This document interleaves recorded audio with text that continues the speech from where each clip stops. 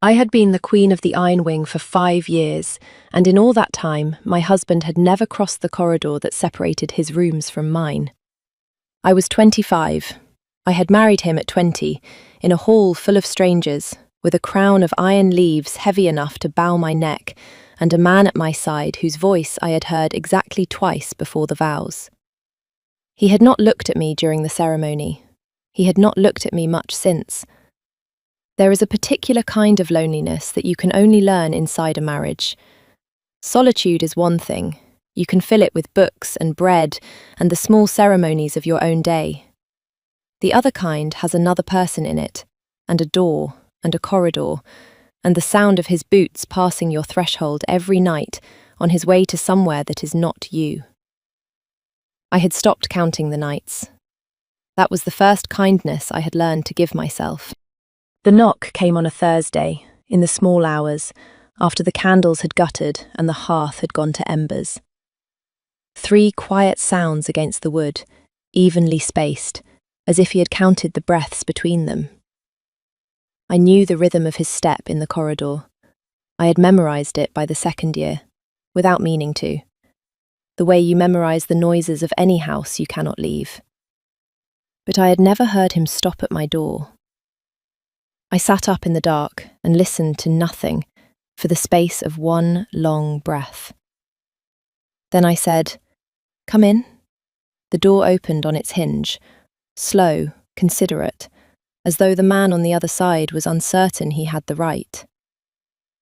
Halvar of the Iron Wing, king of the 7 northern packs, stood in my doorway in a plain, dark tunic with no crown and no cloak, holding a candle in one hand because he had not wanted to wake the corridor. He did not step inside. "Forgive the hour." His voice was low, careful. It was not the voice he used in council. I would not have come if it could have waited. I drew the blanket up over my shoulders, not because I was cold, because I needed something to do with my hands. "What has happened?" He looked past me, at the window, at the dark beyond it, at the place on the floor where the candlelight stopped. He had a particular way of not looking at things. I had watched him do it for 5 years across a great hall and across a marriage bed that had stayed a corridor wide. "Nothing has happened," he said. "That is the trouble." I waited. I had learned the use of waiting. He set the candle down on the small table just inside the door, as though he meant to come no farther and wanted to leave himself the option. The flame steadied. His hand, I noticed, did not. "I have come," he said, "to ask if I may speak with you tomorrow, in the morning, before council." It took me a moment to assemble that sentence into something that made sense. He had crossed the corridor at 3 in the morning, on a Thursday, in 5 years, to make an appointment. I should have laughed. I did not. There was something in his face that did not belong to a man asking a favour. It belonged to a man asking permission to be forgiven for something he had not yet named. "You are the king," I said. "You may speak with me whenever you wish." "No," he shook his head once. "I may not." The candle on the table threw his shadow up the wall behind him, long and unsteady. I watched it move. "Then tomorrow," I said, "in the morning, before council." He inclined his head. He turned to go. He stopped with his hand on the doorframe. "Wren?" He did not turn back. I am sorry that it took 5 years to knock.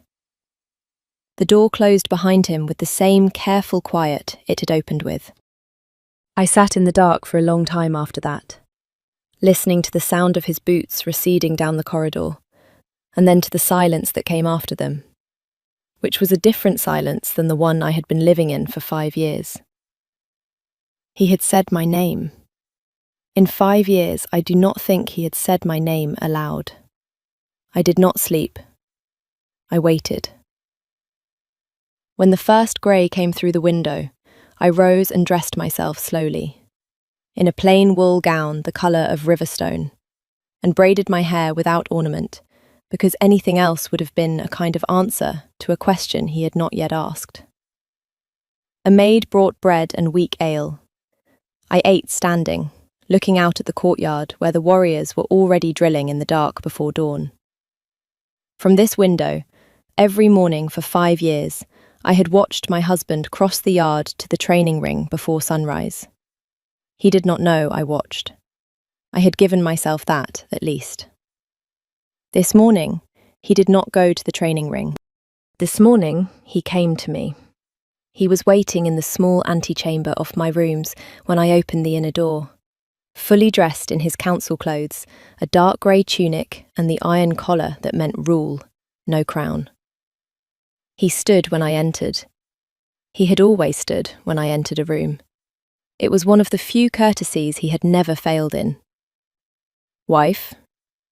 His voice was steadier than it had been at 3 a.m. Barely. "Husband?" The word sat strangely in my mouth. I had said it perhaps a dozen times in 5 years. He gestured toward the small bench by the window. I did not sit. He did not sit either. We stood across from each other, 3 paces apart, in the grey morning light, and I watched his hand find the back of a chair and grip it. "I am riding south next week," he said, "to the Alliance Council at Wolfstone. I have been preparing the journey for 6 months. I knew. The whole hold knew. He would be gone 40 days.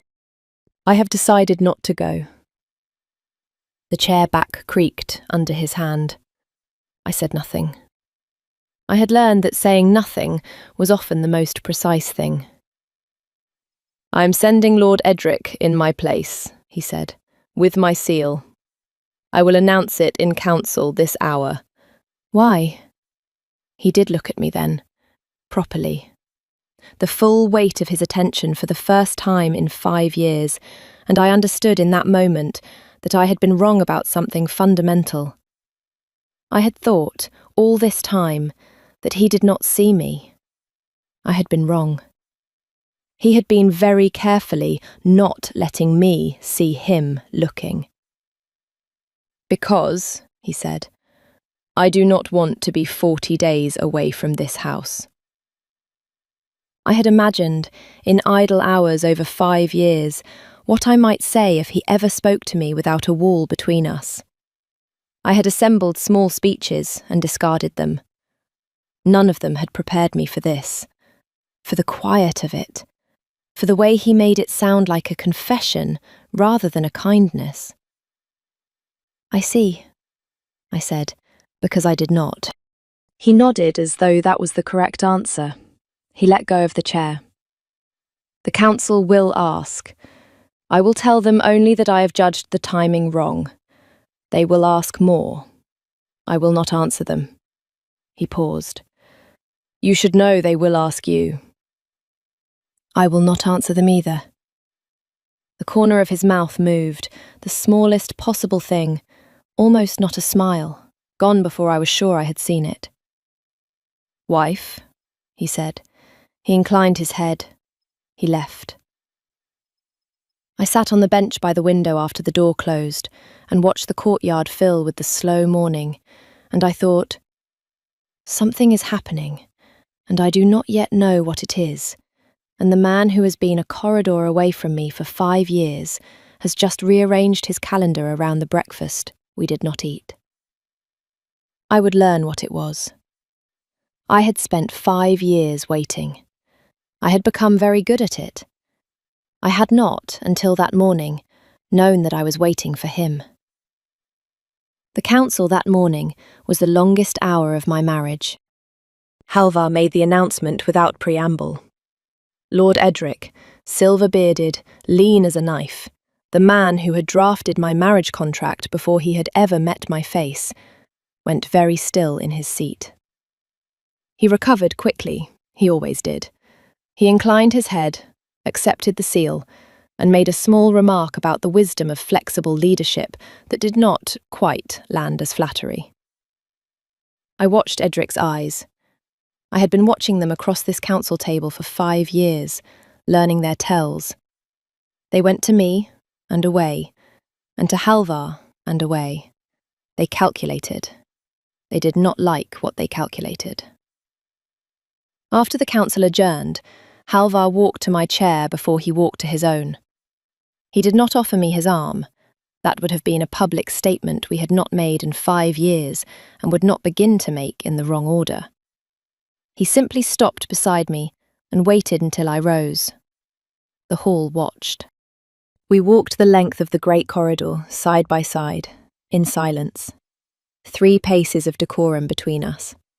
And every member of the court who passed us stared at the space between our shoulders as though it were a thing on display. At the door to my wing, he stopped. He did not cross the threshold.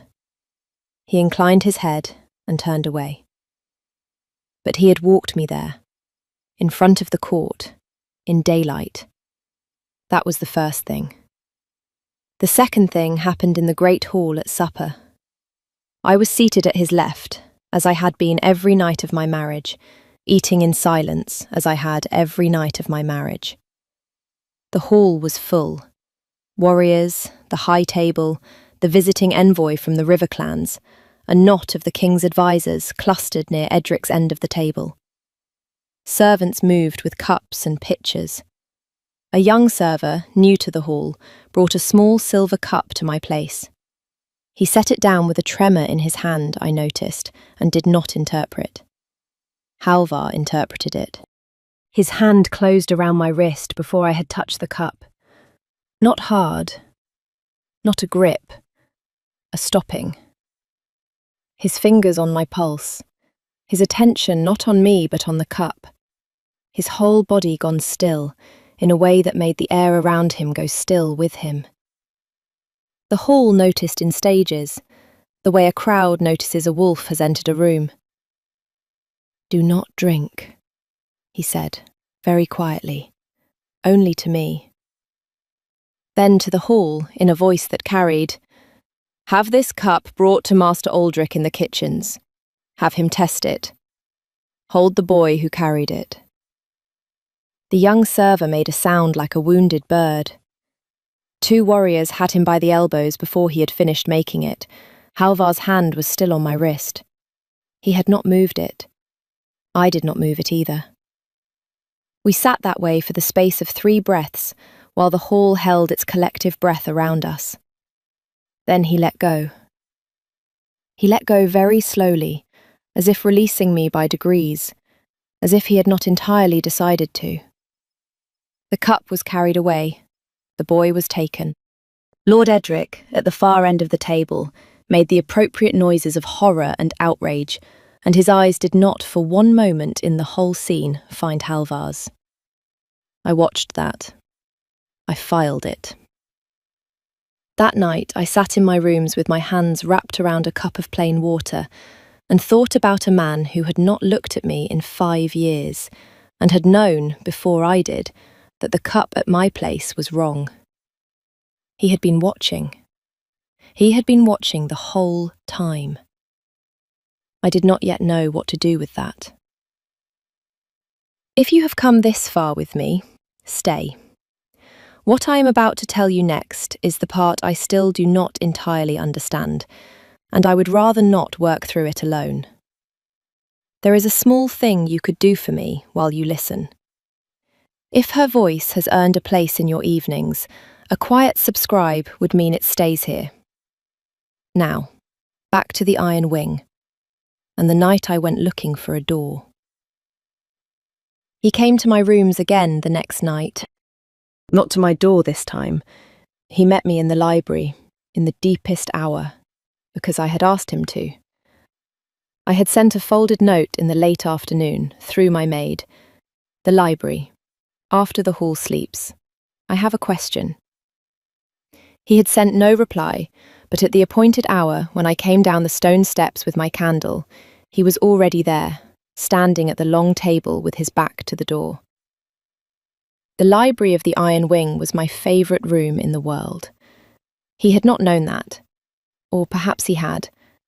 I was no longer sure what he did and did not know about me. "Husband," I said, because the corridor was somewhere else now. He turned. The candlelight caught on the iron at his throat. "Wife?" I set my candle down on the table between us. I did not sit. He did not sit. I had a feeling we were going to have a great many conversations standing up. "I have a question," I said, "and I would like the truth." "Ask." I had rehearsed this. I had stood in front of my window for an hour rehearsing it. None of it came out the way I had rehearsed. "Why," I said, "did you marry me if you did not intend to know me?" He did not flinch. He had the stillness of a man who had been waiting 5 years for the question. "That is 2 questions," he said. "Then answer both." He set his hand on the edge of the table. The light caught on a ring I had never been close enough to notice, a thin band of dark metal, old, worn smooth. "I married you," he said, "because the council and your father's allies required a marriage to hold the northern border. I would have refused if it had been any other woman. I did not refuse when it was you." I waited.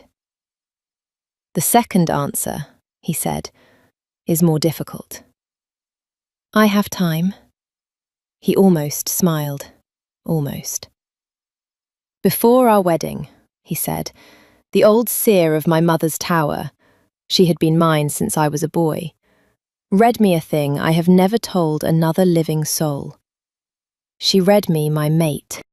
She told me that the woman fated to me would not survive the bond if I claimed her young, that my wolf was too strong, that the binding would be violent, and that she, whoever she was, would die of it before her 30th year. The library went very quiet around us.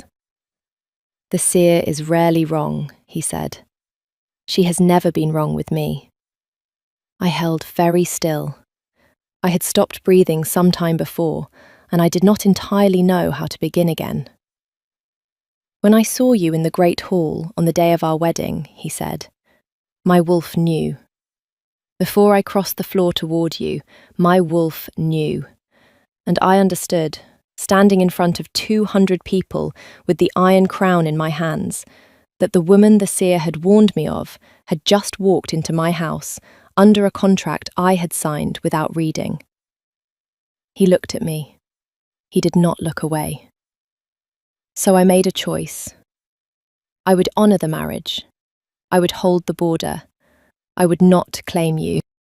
I would not touch you, would not let the bond settle, would not let my wolf reach toward yours. I would let you live. "For how long?" I said. My voice did not sound like mine. "Until you were old enough that the seer's warning no longer held." She had said, "young."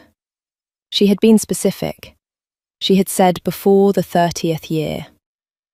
His hand on the table tightened. 5 years. I had 5 years to keep my distance. "And then?"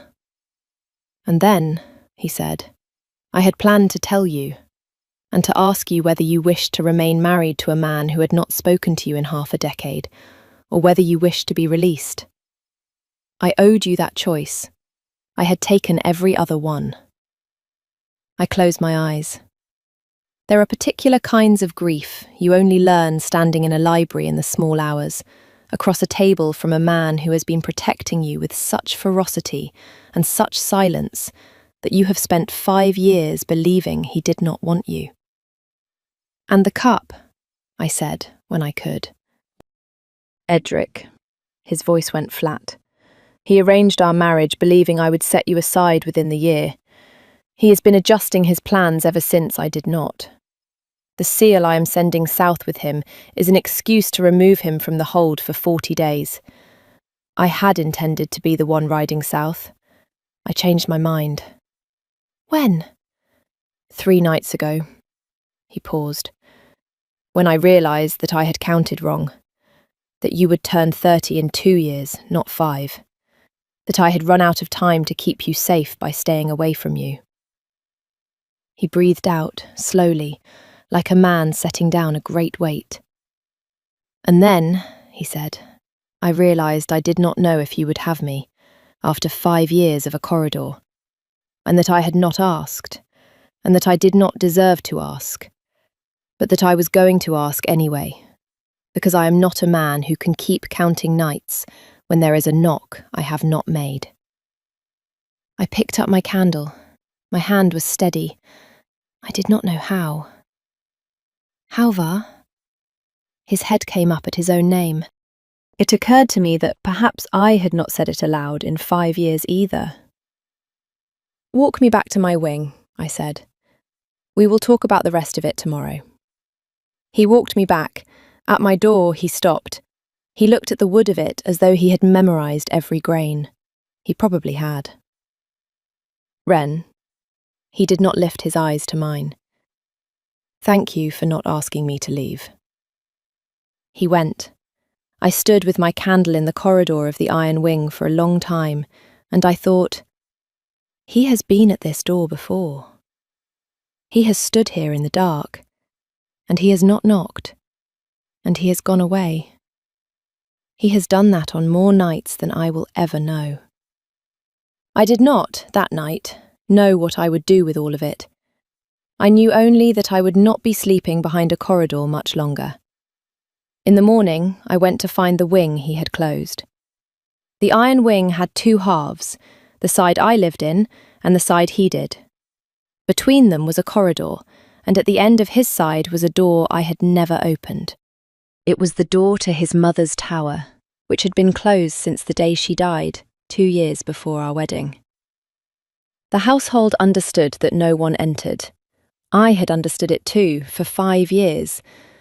I understood differently now. The door was not locked. It had never needed to be. The household had simply, collectively, not gone through it. The tower stairs were stone and steep. The air grew colder as I climbed. By the time I reached the upper chamber, my breath was misting in front of me, and the cold had begun to drive into my bones in a way that was not the cold of an unheated tower.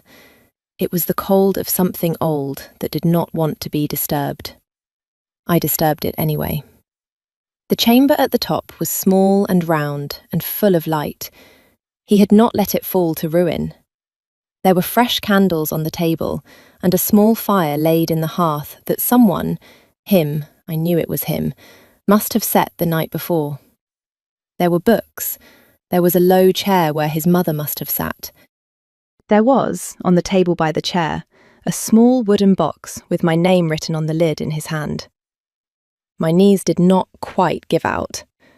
I sat down in his mother's chair because the alternative was the stone floor. I opened the box. A glove I had lost in the courtyard the spring of my 2nd year of marriage. A green ribbon that had come loose from my wedding crown and fallen during the procession. A small book on northern herbs that had gone missing from the library after I had asked the steward for it and been told it was lost. A folded square of pale linen, the corner of a handkerchief I had dropped on the cliff walk during a summer rain. A list in his hand. The list was 3 years old. It said, in his careful script, "Things she has touched. Return to her if I ever find a way to give them back, without admitting I gathered them." The cold of the tower drove harder against me.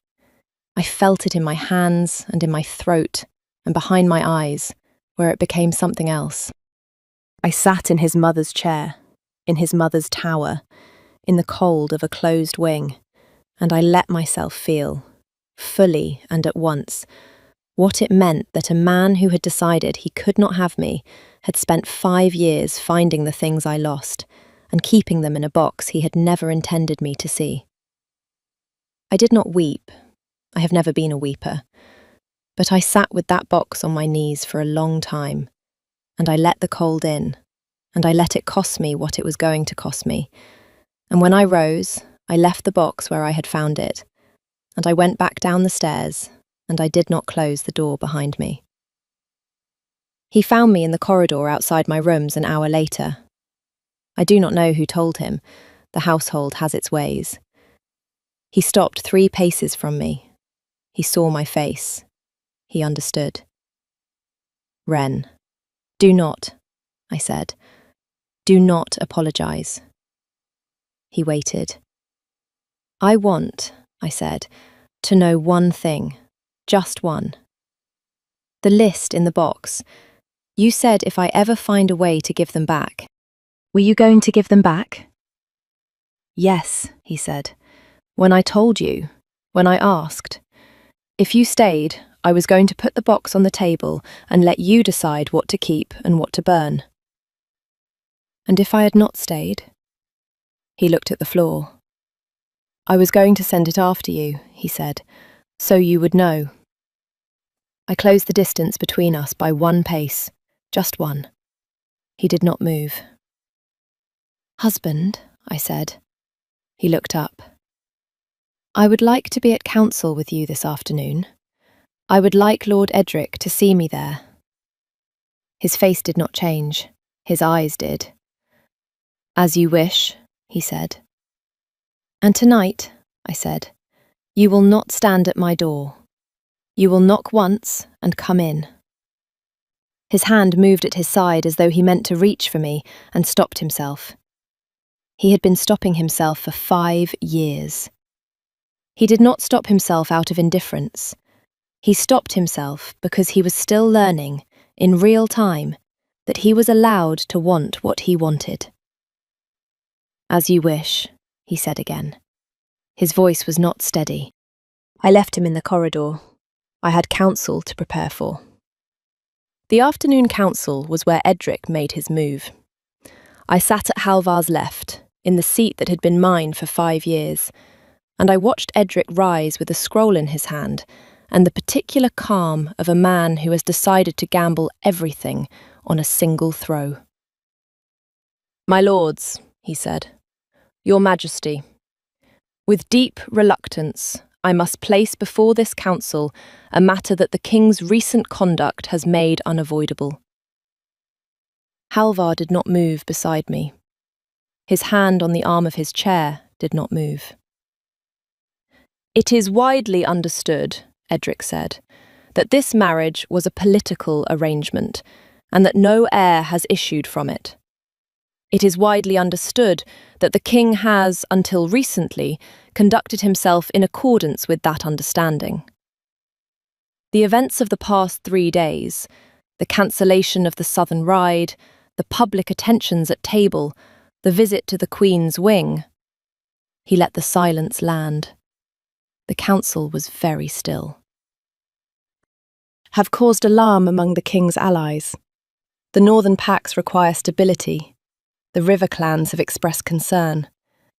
I have therefore prepared, for the king's consideration, a writ of annulment sealed with His Majesty's authority," he lifted the scroll, "to be ratified by this council in open session." The room exhaled. Halvar said nothing. He was watching Edric.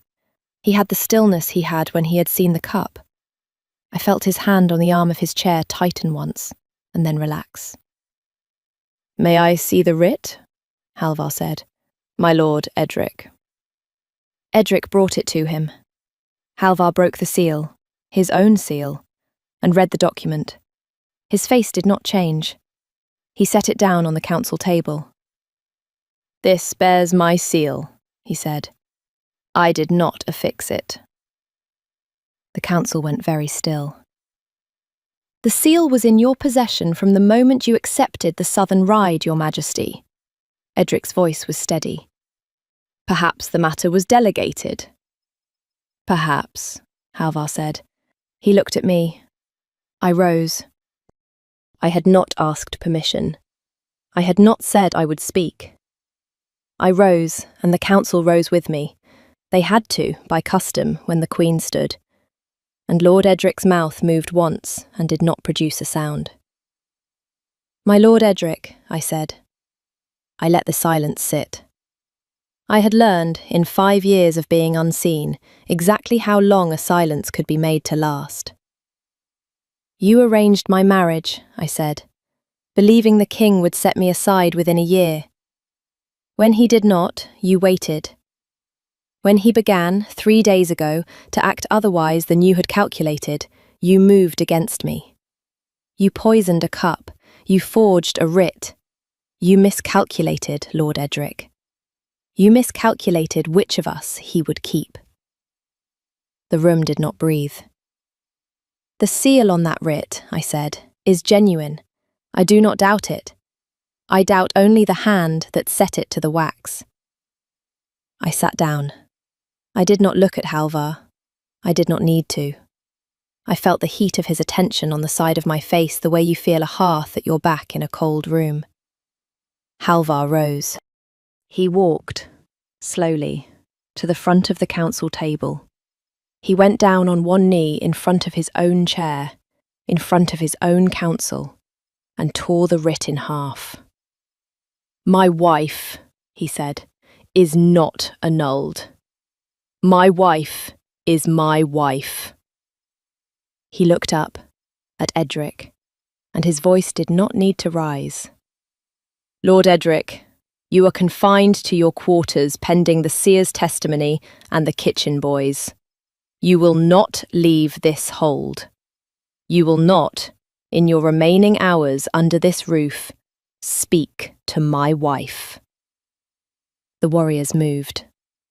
Edric was taken from the room without ceremony, because the king's word in his own council is law, and the council understood with absolute clarity that the king had just stopped pretending he did not love her. Halvar rose from his knee. He returned to his seat. He did not, for the rest of the council, take his eyes from me. He came to my door that night. He knocked, once. He came in. He did not sit on the bench by the window where the morning light had found us the day before.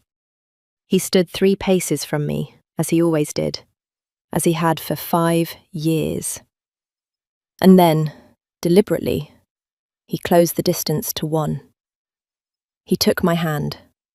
He did not raise it, he simply held it, palm to palm, the way you hold something you have been carrying in your mind for a long time and have at last been permitted to set down.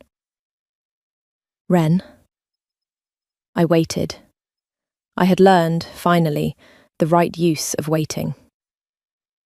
The seer told me, he said, that the woman fated to me would not survive me young. She did not say she would not survive me at all.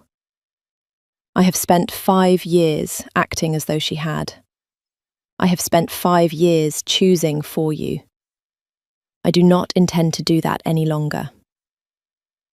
Good, I said. He almost smiled.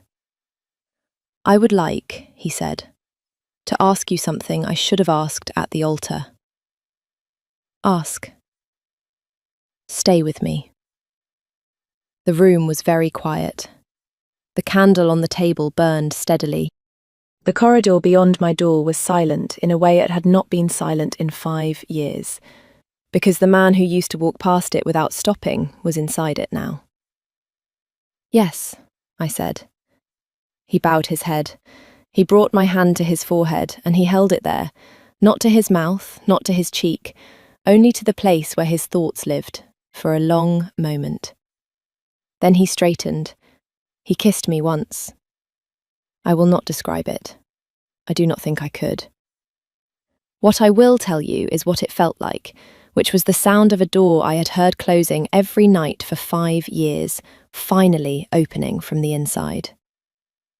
What I will tell you is what I understood in the space of it, which was that he had been on the other side of that door the whole time, listening for the sound of my breathing, learning to live with the corridor because he had believed it was the only way I would be alive to walk it. When he stepped back, he kept my hand. Tomorrow, he said, the court will see us. The court has been seeing us, I said, since you walked me to my wing. He did smile then, a real one. It was a small, slow, astonished thing, and I understood, watching it, that I was the only person alive who had ever seen it. That too was a thing I had not known I was waiting for. 6 months later, the door at the end of the corridor, the one that had separated his wing from mine for 5 years, was propped open with a flat grey stone he had carried up from the river himself. He had not made a ceremony of it. He had simply walked down one morning with the stone in his hand and set it in the doorway. And the household had absorbed the change the way the household absorbs everything, which is to say, completely, and without comment, and with a great deal of quiet smiling in corridors when they thought we could not see. Lord Edric was tried by the council, stripped of title and lands, and exiled to a holdfast on the western coast, where the wind comes off the sea so hard that the goats have learned to brace against it. He writes letters, occasionally, which I do not answer. The young server boy was pardoned. He had been Edric's nephew, and frightened, and 12. He is a stable hand now in the lower yards and waves at me when I pass. I wave back. The seer of the old tower came down from her chamber the spring after the council, walked across the hold to find me in the library, and held my face in her hands for a long moment without speaking. She is a woman who does not waste words. "He counted the wrong years," she said at last. "I know," I said. "I told him before the 30th. I did not tell him not at all. He heard what he was afraid of." "He often does," I said. She let me go and went back up her tower. I have not seen her since. I think that was the closest she comes to an apology, and I think it was enough. In the evenings now, my husband knocks once on the inner door of our rooms. There is no longer a corridor, only a door, and that is mostly habit by this point, and comes in.